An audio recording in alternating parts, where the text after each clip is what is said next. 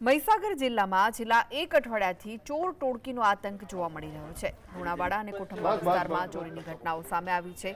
થોડા દિવસ અગાઉ લુણાવાડાની પુષ્પમ વિલાસ સોસાયટી અને ખારોલ ગામમાં 4 થી વધુ બંધ મકાનોના તાળા તૂટ્યા હતા। ત્યારે હવે ઉંદરા ગામે છેલ્લા 3 દિવસથી રિક્ષા ચાલક ચોર ટોળકીનો આતંક હોવાની ફરિયાદ ઉઠી છે। મોડી રાત્રે ગામની સીમમાં ગ્રામજનોએ ચોરીના સામાન સાથે રિક્ષા ઝડપી હતી। રિક્ષામાંથી બોર મોટર સહિત તીક્ષ્ણ હથિયારો મળી આવ્યા। જો કે અંધારાનો લાભ લઈ ચોર ટોળકી રિક્ષા મૂકીને ફરાર થઈ ગઈ હતી। અગાઉ પણ ચોરી અંગે પોલીસે ફરિયાદ નોંધાઈ। ગ્રામજનોએ પોલીસ પેટ્રોલિંગ વધારવા અને સમગ્ર મામલે કડક તપાસની માંગ કરી છે। આ તો 10 દાડાથી તો કાયમના આવે જ છે।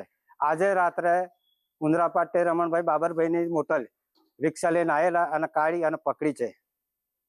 રિક્ષા પકડી? હા, રિક્ષા પકડી છે। એમાં મોટલ ને હોટલ બધું જ છે। શું મળી આવ્યું? મય હથિયાર છે, વાયર છે, મોટલ છે, બધું મળી આવ્યું? બધું મળી આવી છે। ચોરો કઈ ના, ચોરો હાથમાં નથી આવ્યા, ચોરો ફરાર થઈ ગયેલા છે।